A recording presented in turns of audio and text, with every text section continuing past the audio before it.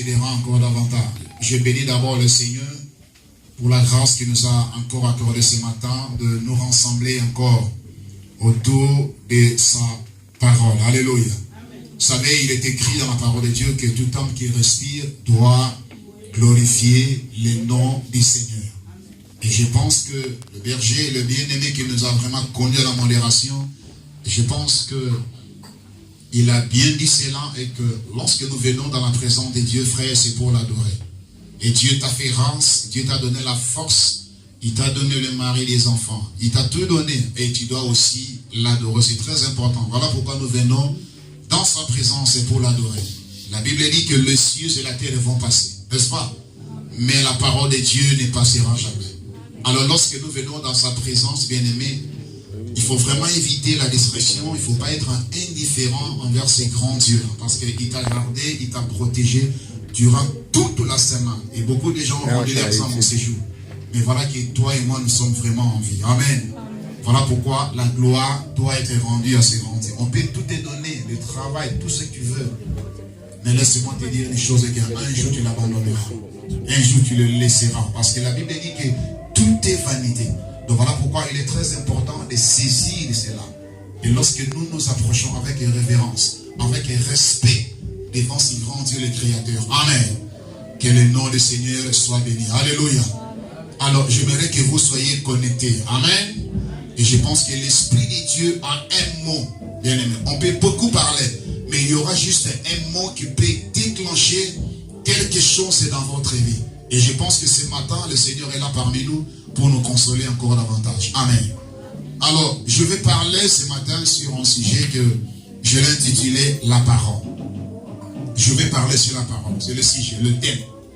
Vous savez, quand tu viens à l'église, tu dois retenir les thèmes. Et en retournant à la maison, on peut te poser la question, mais qu'est-ce qu'on a prêché? Mais il faut être en mesure de répondre qu'à l'église, on nous a prêché sur un tel sujet. Par exemple, aujourd'hui, nous allons parler sur la parole. Mais il y a beaucoup de gens qui ne connaissent même pas, qui oublient le sujet, le thème qu'on avait donné à l'église. Alléluia. Donc ce n'est pas un bar, ce n'est pas un pique-nique, ce n'est pas une boîte, mais nous sommes dans la présence de Dieu. Nous sommes dans l'église du Seigneur. Amen.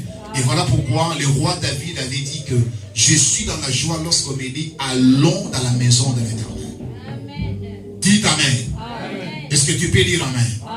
Gloire à Dieu. Frère, vous savez, il faut être toujours encouragé, il faut être édifié par la parole. C'est très important. Et Dieu nous amènera encore très loin. Amen. Voilà. Nous avions lu dans Jean chapitre 1er. La Bible dit ceci. Au commencement était la parole. Et la parole était avec Dieu. Et la parole était Dieu. Alors, je vais d'abord définir qu'est-ce qu'on entend par le mot parole. Dites Amen. Que signifie la parole? Je pense que tout le monde en ce lieu parle. Vous avez une parole. Mais nous aimerions parler aujourd'hui sur la parole de Dieu. Que signifie la parole? Alléluia. La parole, c'est un mot qui est abstrait. Tu ne peux pas voir la parole. Tu ne peux pas toucher la parole. Pendant que je parle là, tu ne peux pas toucher ma parole. Est-ce que je mens? Alléluia. Mais la parole, c'est d'abord la pensée. La pensée qui est exprimée, c'est ce que nous appelons la parole. Alléluia. Amen. Tu ne peux pas parler sans pour autant réfléchir ou bien penser. Donc la parole, c'est la pensée de Dieu qui a été exprimée. C'est ce que nous appelons la parole. Ce n'est pas la parole d'un homme. Ce n'est pas la parole d'un pasteur, d'un apôtre. Mais c'est la parole de Dieu. Alléluia. Amen. Donc la parole, c'est la pensée de Dieu d'abord. Mais quand elle est exprimée, elle devient ce que nous appelons la parole. Alléluia. Amen. Alléluia. Amen. Gloire à Dieu. Il faut surveiller celui qui est à côté de toi. Il ne faut pas dormir, il ne faut pas somnoler. Tu as dansé, tu as chanté. Maintenant, c'est le temps aussi d'écouter la parole. Dites Amen. Amen.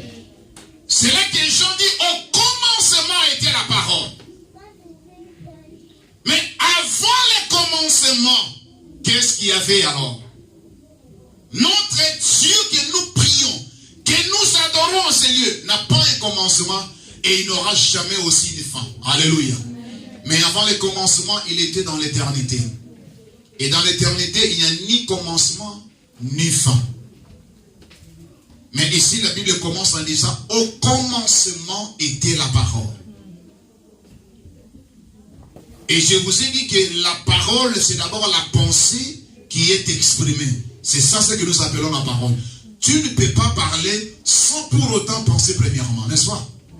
Alléluia. Et la Bible dit que et la parole était avec Dieu. C'est ce qu'on appelle en grec les logos. Alléluia. Est-ce que tu peux dire amen? Amen. Frère, les gens sont tellement aujourd'hui séduits. Pourquoi? Parce que les gens ne sont pas enseignés par rapport à la parole. La Bible dit qu'il y persévérait, Ephésiens 2, 20, dans les enseignements des apôtres et des prophètes. Jésus-Christ lui-même étant la pierre principale. Est-ce que tu peux dire amen? Frère, si tu es enseigné, tu ne seras pas ballotté par le vent. Tu ne seras pas emporté par un vent. Est-ce que tu peux dire amen? Et cette parole était avec Dieu. Et la parole était Dieu. Alléluia. Genèse chapitre 1er, le verset 1er. Là, la Bible dit ceci.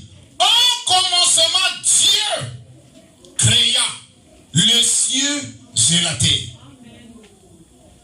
Est-ce que vous croyez à la parole? Mais dans Jean chapitre 1er, le verset 1er, il dit, au commencement était la parole. La parole, c'est la pensée de Dieu qui est exprimée. Il a dit un jour que la lumière soit. Alléluia. Quand Dieu a prononcé la parole, lui-même, il a cru à sa propre parole. Voilà l'importance de la foi. Que la lumière soit. Écoutez. Ce n'était pas du coup comme cela. Mais il a cru à sa propre parole. Si Elohim croit à sa propre parole, à combien plus forte raison toi et moi? Alléluia. Gloire à Dieu. La Bible dit ceci. Or la foi vient de ce que l'on entend. Et ce que l'on entend vient de la parole de Dieu. Alors ce matin, tu peux avoir la foi rien qu'en écoutant la parole de Dieu. Tu ne peux pas avoir la foi si tu n'écoutes pas la parole. C'est la parole qui crée la foi en nous. Alléluia. Amen. Il a dit que la lumière soit. Et Elohim lui-même, il a cru. Il a mis la foi dans sa propre parole. Et la lumière était là. Oh, alléluia. Frère, Dieu ne peut pas mentir. La Bible dit qu'il est derrière sa parole. Pour accomplir. Je prêchais un jour que Dieu a une faiblesse. Les gens étaient étonnés. Dieu a une faiblesse. Ah, comment il dit oui? La faiblesse est de Dieu, c'est sa propre parole. Amen. Voilà la faiblesse de Dieu. Il ne peut pas se renier lui-même. Si tu veux connaître la faiblesse de Dieu, retourne à sa propre parole. Rappelle-lui que tu avais dit. Oh, il se rendra compte que mon fils Samuel, il m'a eu. Alléluia. Vous savez que l'homme peut changer son avis, son opinion. Mais Dieu ne peut pas changer son opinion. Est-ce que vous croyez cela ce matin? Suivez les enfants, le protocole, il faut contrôler. Dieu ne peut pas changer son opinion. Au commencement était la parole. C'était le logos. C'était un corps. Lorsqu'il a quitté l'éternité,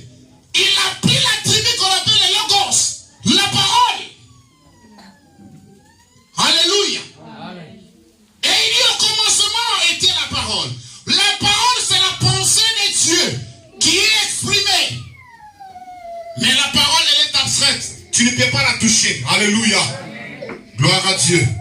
Et cette parole était avec Dieu et la parole était Dieu aussi. Amen. Bien-aimé, tu ne peux rien faire en dehors de la parole. La Bible dit ceci. Elle était au commencement avec Dieu. Vous savez, le mot Dieu ici, c'est la traduction. Parce que la Bible a été rédigée en hébreu et en grec. Voilà très souvent les prédicateurs, nous retournons en hébreu et en grec pour avoir la signification réelle, les contextes. Parce que, vous savez, la traduction littérale, c'est à peu près. Mais lorsque nous retournons dans la langue hébraïque, dans la langue grecque, nous avons la vraie signification. Par exemple, Jean chapitre 1er, on dit Dieu. Mais dans les textes originaux en grec et en hébreu, ce n'était pas le mot Dieu. Le mot Dieu, c'était un attribut. Mais là, ce fut mentionné Elohim. Elohim, au commencement, Elohim créait les cieux et la terre. Parce que le mot Dieu, c'est un attribut qui signifie un objet d'adoration. Or, notre Dieu, ce n'est pas un objet. Les stylos, c'est un objet. Ton carnet, c'est un objet. Alléluia. Votre téléphone, c'est un objet. Mais nous, c'est Elohim. Elohim veut dire c'est quoi? C'est-à-dire celui qui se suffit par lui-même. Celui qui renferme tout, qui n'a pas un commencement, qui n'a pas une fin. Mais le mot Dieu, c'est un attribut qui est issu d'Elohim. Alléluia. Je vais vous prouver par exemple comme ça, par un exemple. Frère Samuel, tu as un enfant? Pas encore. Le frère Samuel n'a pas encore un enfant, n'est-ce pas? Mais en français, on dit potentiellement c'est un père. D'une manière potentielle, c'est un père. C'est-à-dire, mais ça va vraiment se manifester les jours où il aura un enfant. Oh, l'attribut du père est dans le frère Samuel. Tu es futur père. Tu auras une femme, tu auras des enfants. Mais ce n'est pas encore manifesté. Mais ça est en toi. C'est ça l'attribut. Alléluia. Est-ce que vous me comprenez? Dans Elohim, il y avait plusieurs attributs. Par exemple, Jéhovah Rapha, des temps. Jéhovah Tchiken, des temps. El Gibor, des temps. Jéhovah Rapha signifie quoi? L'éternel qui guérit, n'est-ce pas? Mais il ne peut pas manifester l'attribut de Jéhovah Rapha s'il n'y a pas une maladie. Vous me captez? Alléluia. Il y a un prédicateur, il était choqué. Je lui dis que les jours où Adam et Ève avaient péché, est-ce que Dieu était surpris de cela? Dieu n'était pas surpris. Mais dans Elohim, il y avait l'attribut du sauveur. Mais comment tu peux être un sauveur s'il n'y a pas le péché? Oh, alléluia. Maman Dani est là. Mais comment elle peut être une maman si elle n'a pas un enfant? Elle est devenue maintenant maman parce que maintenant elle a un enfant. Amen. Est-ce que vous me comprenez? L'attribut du sauveur était en lui. Mais il ne peut pas le manifester comme étant le sauveur s'il n'y a pas le péché. Voilà la question. Quand Adam et Ève avaient péché, Dieu n'était pas surpris. Là maintenant il a dit waouh, Adam a péché avec Ève.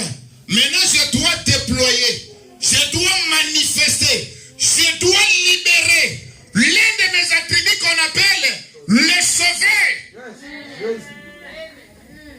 Est-ce que vous me comprenez un peu? Alléluia. Est-ce que tu peux dire Amen? Amen.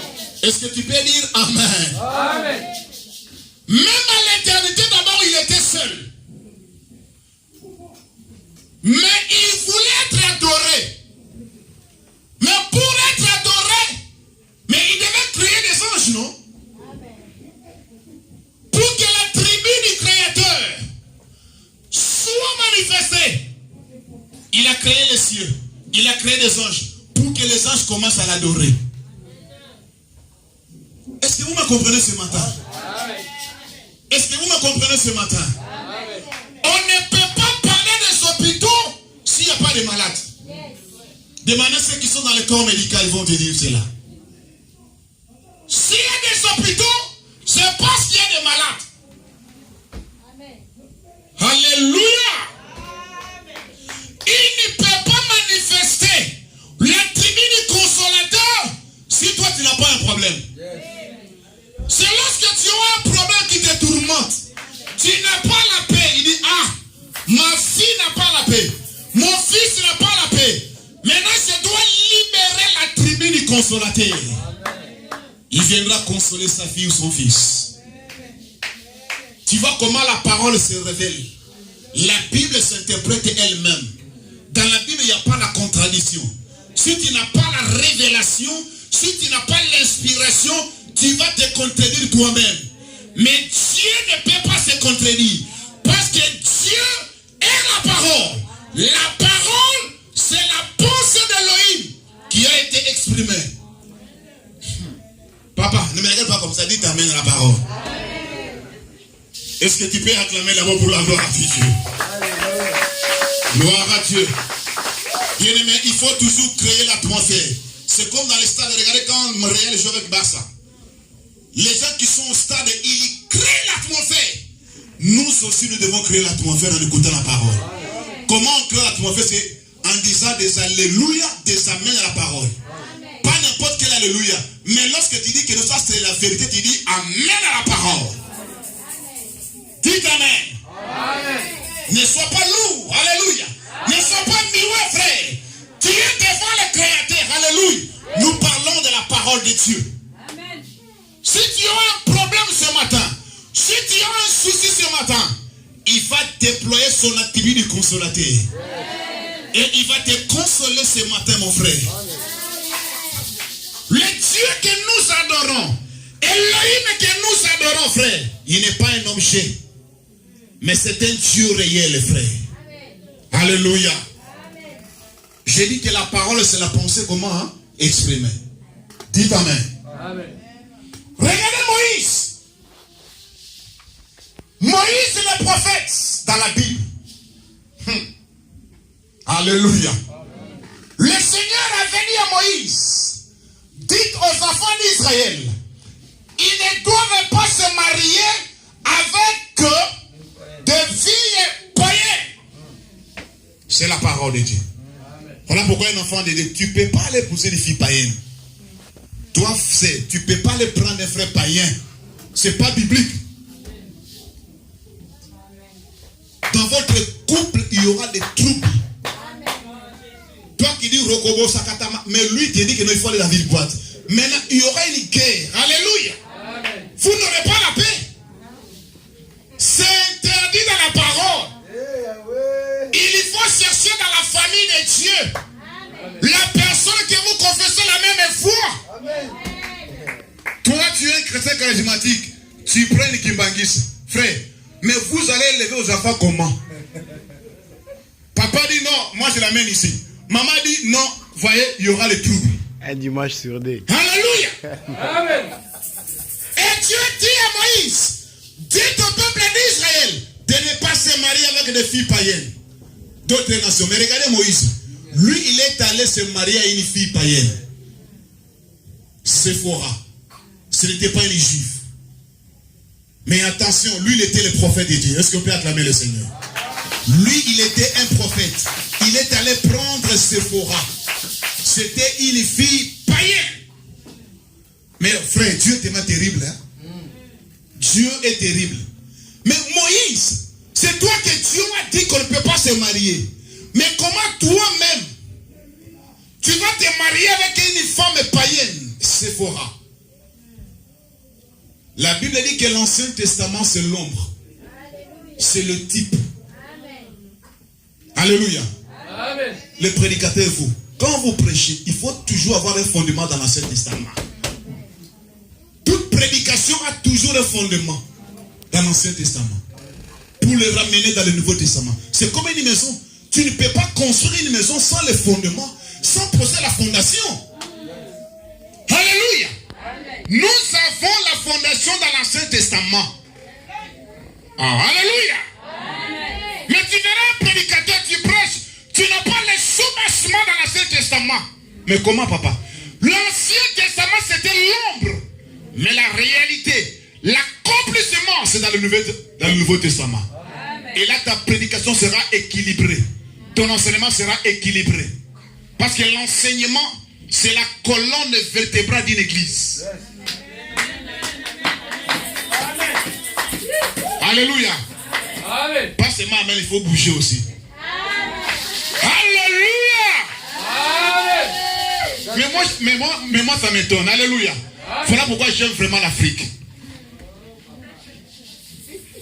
La prof vraiment, non, prof là-bas vraiment. Alléluia. Amen. Que Dieu vous bénisse. Est-ce qu'on peut acclamer le Seigneur Jésus-Christ? L'enseignement. Papa, je viens ici. Il dit, papa, vraiment, j'ai semé. Il dit, ah, ma fille, tu as semé? Oui, papa, j'ai semé. Qu'est-ce que tu as semé? J'ai acheté, j'ai mis les navigos de passé. Maman, ma sœur, c'est ça, semé. Navigue. Oh, Jésus-Christ. Est-ce que tu peux acclamer le Seigneur de Jésus-Christ? Alléluia. L'enseignement, c'est la colonne vertébrale d'une église. Amen. Si un être humain, si une personne n'a pas la colonne vertébrale, ne peut pas marcher. Est-ce que je mens? Demandez au médecin. Si tu n'as pas la colonne vertébrale, tu ne peux pas me quitter ici jusqu'à la gare là-bas de Pierrefitte. Voilà pourquoi l'église, elle n'est pas bâtie sur des prophéties. Non. Yes. Alléluia. Amen. Mais moi, j'ai lu la Bible. La Bible dit ceci. Lorsque vous écoutez des prophéties, ne rejetez pas. Examinez cela. Retenez ce qui est bon. Et ce qui n'est pas bon, vous faites quoi? Vous rejetez. Alléluia. Mais la prophétie par excellence, c'est la parole. Amen. Dites Amen. Dites Amen. Un jour, j'ai prêché la parole. Pendant la prédication, pendant l'enseignement, je vois une sœur qui commence à toutouquer là-bas. Commence à libérer la prophétie. Il dit, papa, mais comment tu libères la prophétie au moment où tu es en train de parler? Ça, c'est quel esprit? C'est ça que les gens ne sont pas bien enseignés. Parce que maintenant, c'est Dieu qui parle. Ce n'est pas l'homme qui parle. Alléluia. Mais Dieu, pour parler, il prend toujours un homme, un vase de terre. Dites Amen. Dites Amen. Mais Moïse, quand il avait pris la femme païenne, écoute la révélation. C'était le type qui nous montrait que notre Seigneur Jésus-Christ, le véritable Moïse, il devait aller épouser une femme païenne. Et cette femme païenne, c'est toi et c'est moi aussi. Alléluia. Même l'erreur d'un homme de Dieu peut être aussi un enseignement pour les autres. Voilà pourquoi ne sois pas pressé à condamner les hommes de Dieu. Parce que la Bible dit, qui es-tu pour juger mon serviteur? S'il tombe et dit, laissez-le, moi-même je vais m'en charger de lui. Alléluia. Moïse a pris la femme éthiopienne Séphora, une femme étrangère. Mais c'était le type, parce que Moïse a représenté Jésus-Christ. Moïse était le type de Christ. Christ est venu et il nous a épousés. Christ t'a épousé. Tu es une nation païenne. Nous sommes des femmes païennes. Alléluia. Gloire à Dieu. Amen. Amen. Voilà pourquoi nous l'adorons. Voilà pourquoi nous l'acceptons, frère. Et nous avions consacré notre vie pour lui. Alléluia. Est-ce que tu peux dire Amen à la parole? Amen. Et on dit que cette parole, le Logos, a été faite chair. La parole est devenue un être humain. Comme mon frère commençait, la parole qui a une tête. Tu peux t'imaginer cela? C'est là que les gens de ce monde, les intelligents ne peuvent pas comprendre.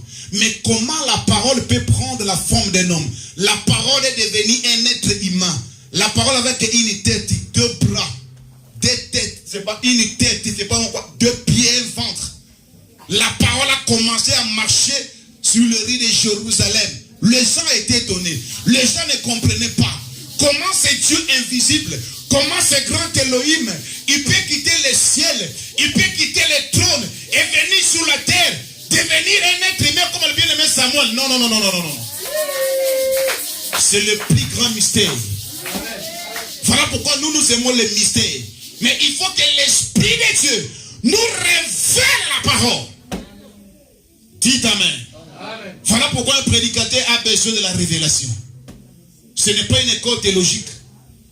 Mais l'Esprit de Dieu doit te révéler la parole. C'est l'inspiration, frère. Alléluia. Amen. Comment chanter, bien-aimé? L'inspiration, c'est le monde de Dieu. Bien-aimé, nous aimons l'inspiration. Parce que dans l'inspiration, il y a la vie. Alléluia. Est-ce que vous croyez cela? La parole est devenue un être. La parole est devenue une personne. Oh, j'avais dit au départ, la parole, c'est la pensée de Dieu qui a été exprimée. Quand la parole, la pensée est exprimée, elle devient ce que nous appelons la parole. Et on reconnaît un nom par sa parole. Mais toi, quand tu parles, pourquoi tu changes tout le temps? C'est pour montrer que tu es un homme. Tu es une personne. Alléluia. Mais Dieu ne peut jamais changer au sujet de sa parole. Parce que la Bible dit qu'il est toujours fidèle à sa parole. Est-ce que tu peux dire Amen? Amen. Est-ce que tu peux dire Amen? Amen. Dans la parole encore, il a été dit, l'agneau de Dieu, il a été immolé avant la fondation du monde. Oh mon frère, ma soeur, est-ce que tu peux comprendre cela? Est-ce que tu peux réaliser que l'agneau de Dieu a été immolé? Il était mort à cause de tes péchés. Il était mort à cause de nos péchés, frère. Avant même que le monde ne soit créé. Mais quelle grâce, frère. Quel bonheur. Est-ce que tu peux comprendre que c'est l'agneau de Dieu qui était déjà immolé avant la fondation du monde? Frère, si tu comprends cela, mon frère et mon soeur, on ne peut pas te pousser d'aller adorer ton Créateur. C'est là que Paul avait compris en disant, si je vis maintenant, ce n'est plus moi qui vis, mais c'est Jésus-Christ qui vit en moi. Voilà pourquoi quand nous venons dans ces lieux, nous célébrons qu'un seul nom. Ce n'est pas le nom d'un apôtre, pas le nom d'un docteur, mais c'est le nom du Seigneur Jésus-Christ. C'est lui le chemin, la vie, la vérité. Il est la résurrection. Il est celui qui te délivre. Il est celui qui guérit. Il peut prendre un homme de la poussière de la terre et le faire asseoir parmi les grands. Alléluia. Est-ce que vous croyez vraiment en ce Dieu-là? J'ai vraiment aimé le témoin de maman Bernadette. Alléluia. Frère, il faut avoir la confiance en ce Dieu-là. Dites Amen. David a dit ceci. J'ai été jeune comme vous aussi. Mais maintenant je vis. Mais je n'ai jamais vu un juste abandonné, ni sa postérité mendiant le pain. Bien-aimé, tant que tu te mets dans la présence de Dieu, frère, tu ne mendieras jamais. Et ta postérité aussi ne mendiera jamais. Regardez dans la Bible les gens qui ont servi Dieu. Quelle a été la finalité de leur vie? Bien-aimé, je t'encourage à servir ce grand Dieu-là. Je t'encourage. Je te pousse à servir ce Dieu-là. Le monde peut t'abandonner. Ton mari peut t'abandonner. Même ton pasteur peut t'abandonner. Alléluia. Mais seul Jésus-Christ ne t'abandonnera jamais. Accroche-toi en lui. Ton mari peut te chasser un jour de sa maison. Mais Jésus ne t'abandonnera jamais. Alléluia. Le jour où toi tu mourras dans la tombe, tu seras seul.